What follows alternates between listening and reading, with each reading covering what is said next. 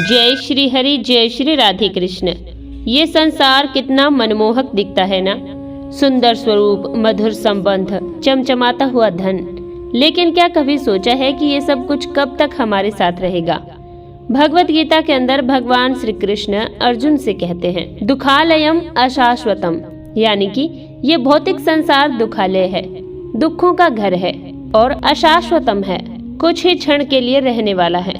यानी ये दुखों का ऐसा स्थान है जो स्थायी भी नहीं है, और फिर भी हम इसी संसार में सुख खोजते रहते हैं, और यही माया का प्रभाव है।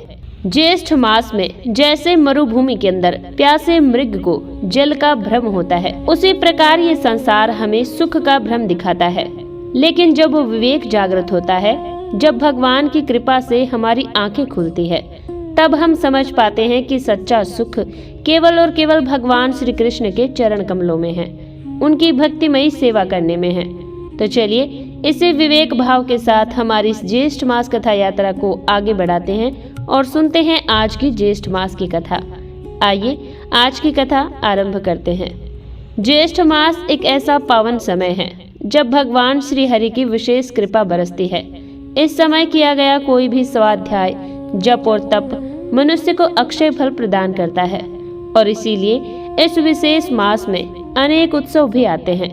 इस समय हम इसे हमारे ज्येष्ठ मास की विशेष पौराणिक कथा श्रृंखला का श्रवण कर रहे हैं। तो चलिए आज की कथा आरंभ करते हैं। ऋषि जैमिनी ने कहा, पौष मास के महीने में पूर्णिमा को जब पुष्य नक्षत्र होता है, तब भगवान का पुष्य स्नान उत्सव करें। चतुर्दशी की रात्रि में 81 कलशों का अधिवासन करें, यानी उनकी स्थापना करें। भगवान के आगे सर्वतोभद्र मंडल बनाएं और उसके बीच में एक बड़ा सा दर्पण स्थापित करें। रात्रि में गीत और नृत्य आदि के द्वारा जागरण करें।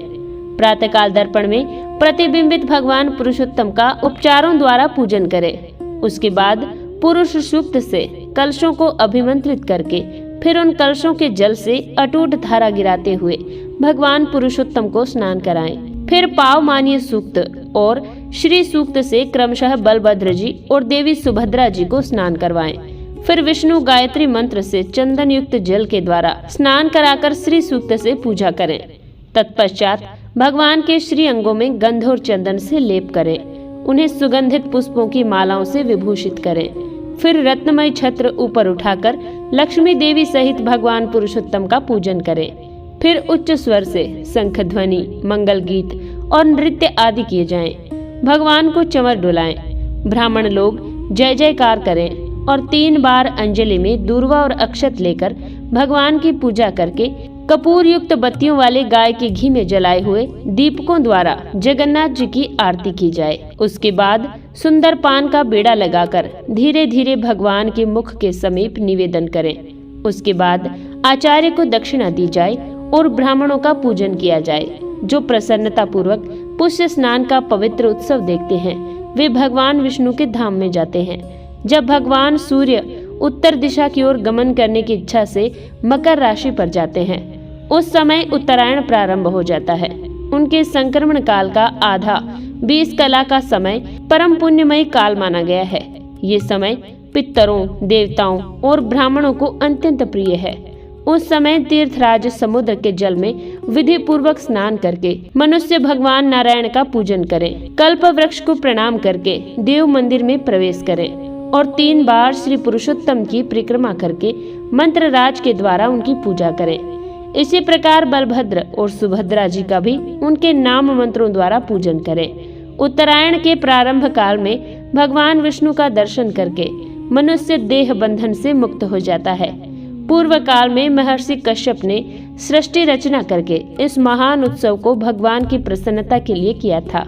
ऋषि कश्यप द्वारा चालू किए हुए इस उत्सव का जो लोग दर्शन करते हैं, वे मोक्ष को प्राप्त करते हैं। हे मुनियों, इस उत्सव में रसोई घर का और अग्नि का संस्कार करना चाहिए। प्रतिदिन बलि वैश्वदेव करना चाहिए। अगन्याधान पूर्वक अग्नि का संस्कार हो जाने पर प्रतिदिन दिव्य रूपी भगवती लक्ष्मी देवी अदृश्य भाव से वहां पहुंचकर भगवान के भोजन के लिए स्वयं रसोई तैयार करती हैं। उत्तरायण या मकर संक्रांति के उत्सव में किए हुए स्नान, दान, तप, होम, स्वाध्याय और पितृ तर्पण सब अक्षय हो जाते हैं। फाल्गुन मास में भगवान के लिए दोहन का उत्तम उत्सव करना चाहिए। देव श्री विष्णु की गोविंद नाम से प्रसिद्ध प्रतिमा बनवाएं और मंदिर के आगे 16 खंभों का एक ऊंचा मंडप तैयार करें। वह मंडप चौकोर होना चाहिए, उसमें 4 दरवाजे हों और बीच में वेदी बनी हुई हो। वेदी के ऊपर सुंदर चंदोवा तना हो और माल्य, चंवर और ध्वजा आदि से मंडप को सुशोभित किया गया हो। वेदी के ऊपर श्री पर्ण काष्ठ का बना हुआ भद्रासन स्थापित करें और 5 या 3 दिन तक वहां फाल्गुन उत्सव मनाएं। गोविंद जी की पूजा करके उन्हें कुछ दूर तक भ्रमण करवाने के लिए ले जाएं और चतुर्दशी को प्रातःकाल गोविंद जी की सुंदर प्रतिमा जगन्नाथ जी के आगे स्थापित करके उन भगवान पुरुषोत्तम की पूजा करें।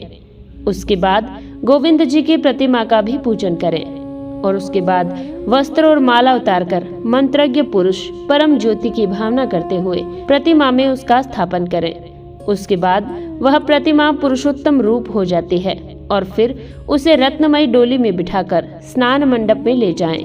वहां छत्र, ध्वजा, पताका, चंवर, व्यंजन और दीप मालाओं में बड़ा भारी उत्सव किया जाए। उसके बाद भद्रासन पर पधारकर विभिन्न उपचारों द्वारा गोविंद जी की पूजा की जाए।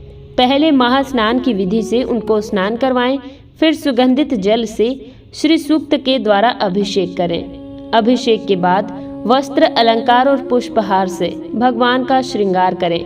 पूजन आरती करके 7 बार मंदिर की परिक्रमा कराएं। उसके बाद भगवान को डोला मंडप में लेकर आएं।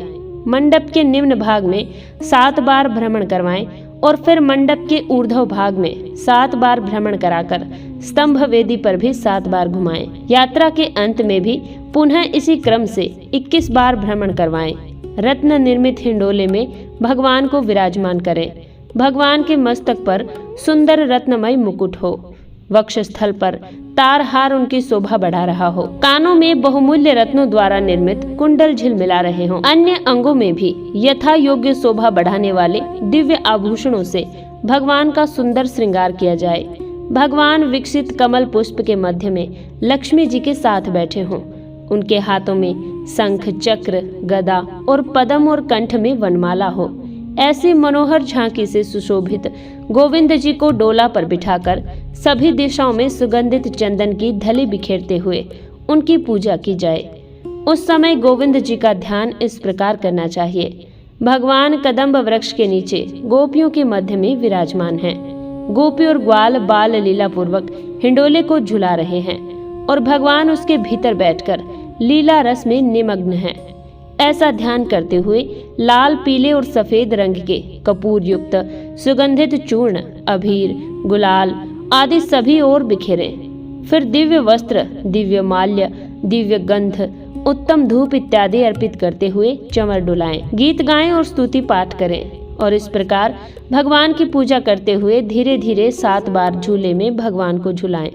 उस समय जो लोग भगवान श्री कृष्ण के सुंदर विग्रह का दर्शन करते हैं उनकी निसंदेह मुक्ति हो जाती है और उनके ब्रह्म हत्या आदि 5 महापातकों का भी नाश हो जाता है।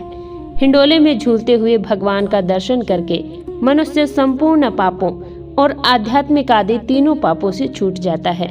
तो ये थी हमारी आज की ज्येष्ठ मास की कथा, जिसमें हमने भगवान श्री हरि के विभिन्न उत्सवों का वर्णन सुना। इसी कथा की अगली कड़ी में जैमिनी ऋषि भगवान के 12 आदित्य मूर्तियों के विषय में एक रहस्यमयी बात बताने वाले हैं और वो हम सुनेंगे हमारी आने वाली इस ज्येष्ठ मास की कथा में। उसे सुनने के लिए अगर आपने अभी तक हमारे चैनल को सब्सक्राइब नहीं किया है तो हमारे चैनल प्रभात कहानी को सब्सक्राइब करके रख लीजिए, नोटिफिकेशन ऑन रखिए और कमेंट में जय श्री हरि लिखकर अवश्य जाएं। जय श्री हरि, जय श्री राधे कृष्ण।